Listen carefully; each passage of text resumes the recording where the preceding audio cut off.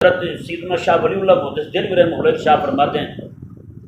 ازالۃ الخفا کے اندر آپ شاہ فرماتے ہیں کہ حضرت سیدنا ابو بکر صدیق رضی اللہ تعالیٰ عنہ آپ نے جب ارادہ کیا نا مرتدین کے خلاف لڑنے کا، کیونکہ باقی سارے لشکر جو ہے نا روانہ ہو چکے تھے، مدینہ میں آقا السلام کا وصال شریف بھی ہوا تھا، کوئی بندہ بھی تیار نہیں تھا لڑنے کے لیے، کوئی بندہ بھی تیار، یہاں تک حضرت ابو بکر حضرت عمر رضی اللہ تعالیٰ نے پاؤں پیچھے کر رہے تھے کہ یار حالات دیکھیں، آپ ان معاملات میں لڑائی کے لیے جا رہے ہیں۔ اللہ اکبر کبیرہ۔ تو فرماتے ہیں کہ وہ اللہ تبارک و تعالیٰ نے جو فیضان حضرت ابو بکر صدیق رضی اللہ تعالیٰ عنہ کے دل میں میرے آقا علیہ السلام کے دل سے ڈالا تھا،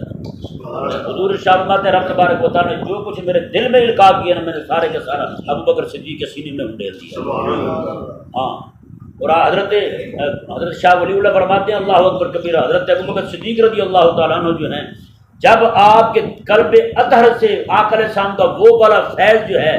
وہ واہ ہوا نا اس کا دروازہ، تو کہتے ہیں کہ جو بھی بندہ حضرت ابو بکر صدیق کے سامنے ایسے آتا نا، باتیں آپ کے دل سے اس کے دل پر ایسے چمک پڑتی، فوراً سے پہلے وہ تیار ہو جاتا، کہتا جی چھڈو سارا کچھ، تلوار چکو جاتا۔